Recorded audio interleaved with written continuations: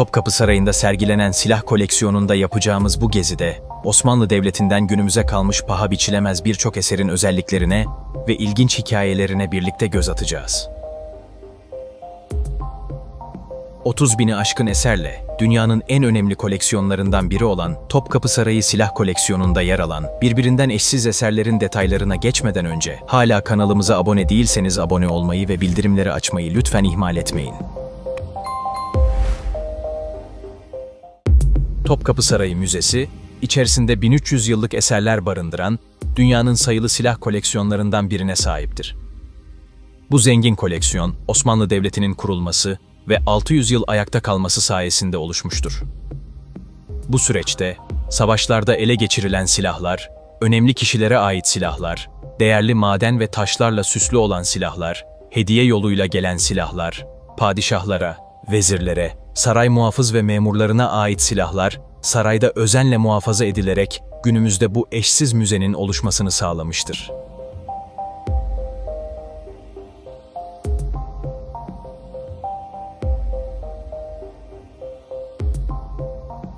İçlerinden bazıları altın ve değerli taşlarla süslü olan bu eserler, hem maddi hem de manevi açıdan oldukça yüksek değere sahip oldukları için daima özenle korunmuşlardır.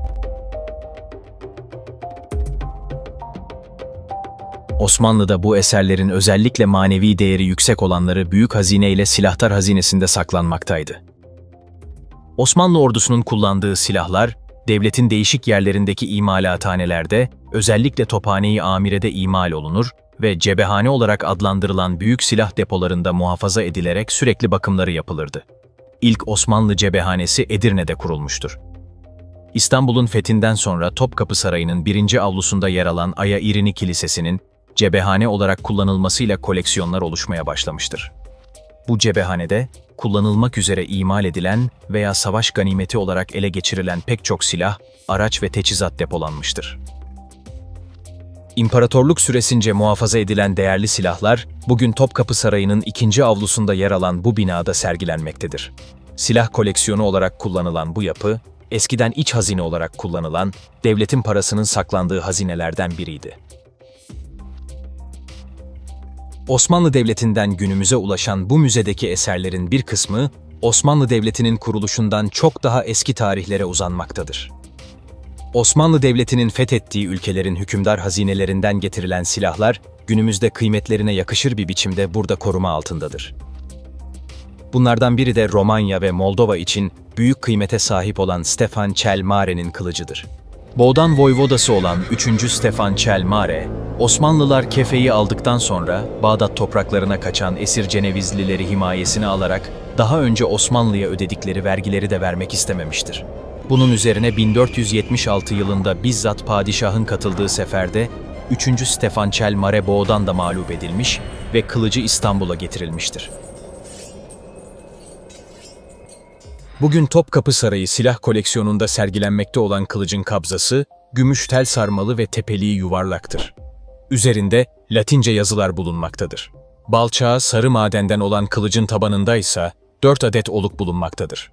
Bu oluklar, tabanın uç kısmına inildikçe tek oluğa kadar düşmektedir.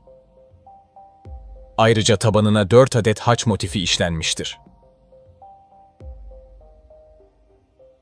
Koleksiyonun en erken örnekleri arasında Emevi halifesi Muaviye bin Ebu Süfyan'ın 7. yüzyıla ait kılıcı, Emevi ve Abbasi halifelerinin 13. yüzyıla ait kılıçları ile Memlük sultanlarının silahları yer almaktadır.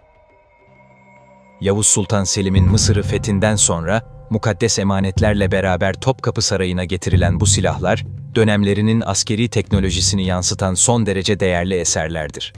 Silah koleksiyonunda yer alan Memlük sultanlarına ait kılıçlar, yüksek kalite, iyi işçilik ve ustalık gösteren eserlerdir.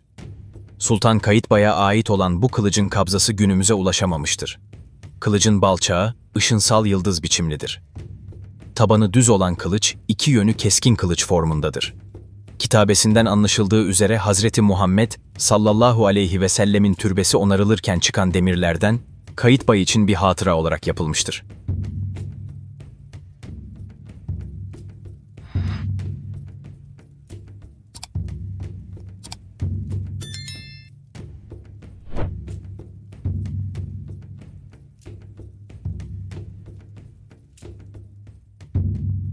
Kansuh el-Gavri'ye ait olan bu Memlük kılıcı ise 102 santimetre uzunluğundadır. Kılıcın kabza ve balçağı yekpare demirden ve baştan başa ajur örgülü ve Rumi motiflerle süslüdür. Tabanı tek yönlü keskin olan kılıç az eğimli bir formdadır.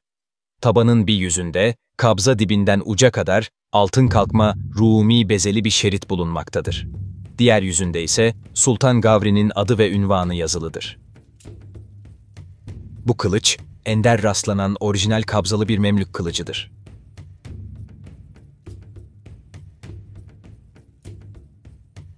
Osmanlı cephanelerinde yüzyıllar boyunca muhafaza edilerek, günümüze ulaşan koleksiyonun çeşitlilik açısından en zengin bölümünü Osmanlı Devleti'ne ait silahlar oluşturmaktadır. Bunların en seçkin örnekleri de padişahlara hediye olarak sunulmuş veya bizzat padişahların siparişi üzerine imal edilmiş olanlardır. Fatih Sultan Mehmet, Sultan II. Bayezid, Yavuz Sultan Selim, Kanuni Sultan Süleyman ve onların ardından tahta çıkmış Osmanlı padişahlarıyla üst düzey devlet adamlarına ait silahlar tarihi değerlerinin yanı sıra malzeme, teknik ve süsleme yönünden de yüksek kaliteye sahip eserlerdir.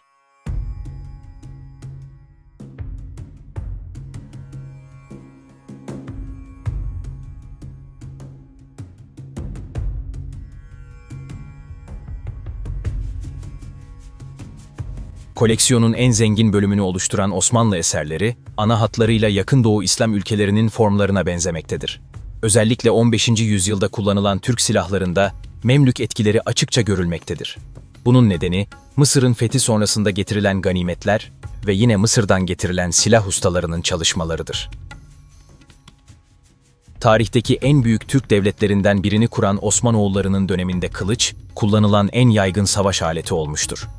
Kılıç, tarihin birçok döneminde ve Osmanlılar zamanında hakimiyetin simgelerinden biri olmuştur.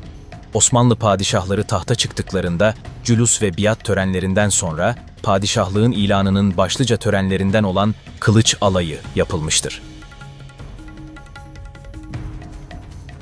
Türk kılıcının gelişim sürecini ele alırken 15. yüzyıldan başlamak gerekmektedir. Bunun başlıca sebebi, Osmanlı'nın beylik ve devlet olarak tarih sahnesine çıktığı ilk dönemlere ait herhangi bir kılıca henüz ulaşılamamış olmasıdır. Bununla ilgili iki teori bulunmaktadır. İlk teori, kaliteli çelik kullanılarak üretilen bu kılıçların, çeliğin çok değerli olmasından dolayı eritilip tekrar dövülerek yeniden yapılmış olabileceğidir. İkinci teori ise İstanbul'un fethinden sonra Edirne ve Bursa saraylarında bırakılan kılıçların zaman içerisinde kaybolduğu varsayımıdır. Osmanlı kılıçları, eğri, çift ağızlı düz, yalın kavi, mivel, yatağan ve pala olmak üzere değişik formlara sahiptir. 15. yüzyıla ait Osmanlı kılıçlarında namlu formu, erken dönem silahlara göre daha uzun ve iri hale gelmiş, yalman ise bu dönemde daha fazla genişleyerek ağırlaşmış ve dış bükey biçime ulaşmıştır. Uzayan ve genişleyen namlunun kılıcı ağırlaştırmaması için kol adı verilen ve namlu üzerinde balçağa yakın bir noktadan 3 noktaya kadar uzanan bir oluk açılmıştır. Daha önceki kılıçlarda da görülen oluk bu dönemde kılıcın kalıcı bir unsuru haline gelmiştir. Yine bu dönemde balçak da form olarak olgunluğa ulaşmıştır. Balçağın kabza ve namluya bakan uçları uzamış ve kabza içerisine daha fazla girmiştir. Osmanlı padişahlarına ait bilinen en eski kılıç örnekleri Fatih Sultan Mehmet'in adını ve ünvanını taşıyan, 15. yüzyıl kılıç yapısının farklı formlardaki gelişimini ortaya koyan 4 adet kılıçtır. Fatih Sultan Mehmet'e ait kılıçlar arasında yer alan bu kılıç, düz ve geniş bir formdadır. Namlusu çift oluklu ve üçgen şeklinde sivri uçludur. Kabzasıyla birlikte uzunluğu 104,5 santimetredir. Namlusunun kabzaya yakın kısmı simetrik bir şekilde altın ve gümüş kakma bitki motifleri ile bezelidir. Olukların içinde kelime-i tevhid ve bazı hadisler yazılıdır.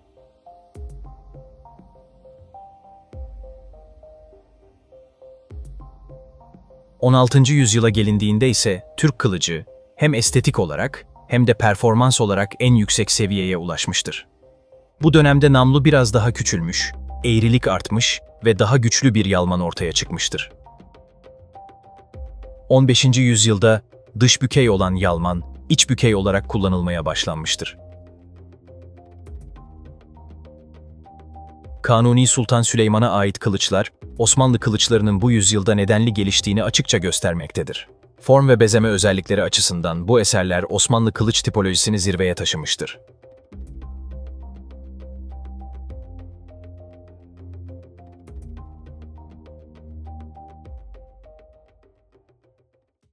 ...16. yüzyılın ikinci yarısında Türklere özgü kesici bir silah türü olan yatağan kullanılmaya başlanmıştır.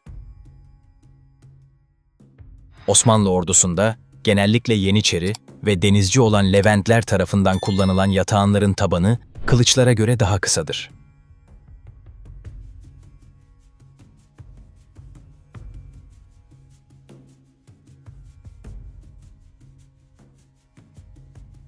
Kılıçların aksine iç bükey kısmı keskin, dış bükey kısmı düz ve kenarlıdır.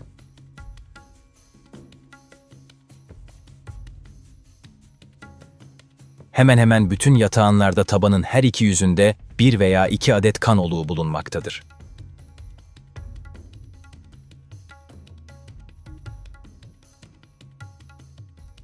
Yatağının ayırt edici bir diğer özelliği ise kabza formudur. İki geniş kulak şeklinde sağa ve sola ayrılan kabza kısmı, yatağının hamle esnasında elden çıkmasını önlemeye yöneliktir. Uzunlukları 60 ile 80 santimetre arasında olan Osmanlı yatağanlarının bir yüzünde genellikle Fetih Suresinden ayetler, kelime-i tevhid, cennet kılıçların gölgesindedir. Hiçbir kılıç Ali'nin Zülfikar'ı kadar keskin değildir. İbareleri, Ashab-ı Kehf'in isimleri yer alırken diğer yüzünde ustasının adı, tarih ve şiirler bulunur.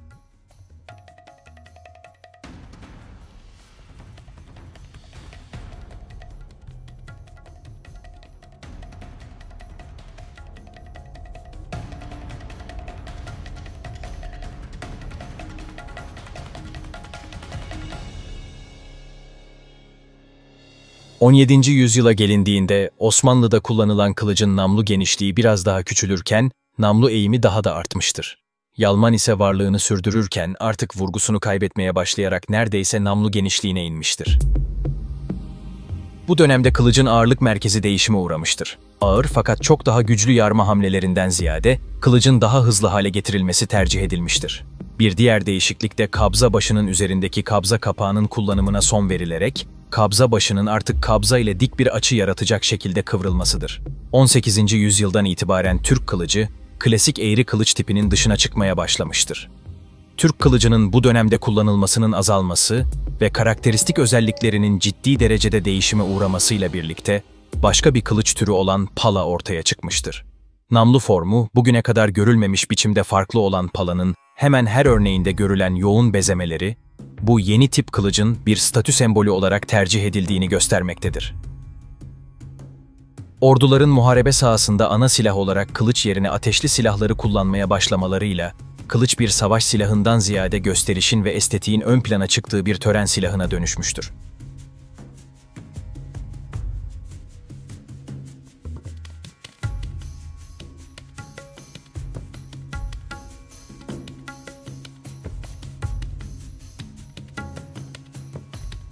...19. yüzyıldan itibaren Türk kılıcı, karakteristik özelliklerini tamamen kaybederek Avrupa kılıç tipine benzemeye ve Avrupa kılıçlarına özgü kabza tipleri kullanılmaya başlanmıştır. Kabza gittikçe düzleşirken, zamanla balçağa kabza siperliği de eklenmiş ve İngiltere'de kullanılmaya başlanan piyade subay kılıçlarına benzemiştir.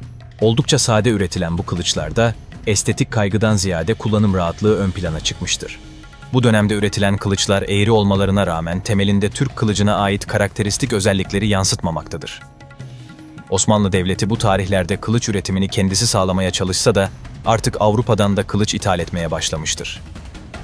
Osmanlı'da kılıç yapımında kullanılan özel tarifi, Osmanlı ok ve yaylarının özelliklerini, silah sergisinde yer alan diğer eserlerin detaylarını anlatacağımız serinin 2. bölümünü kaçırmamak için hala kanalımıza abone değilseniz abone olmayı ve bu videoyu beğenmeyi lütfen ihmal etmeyin.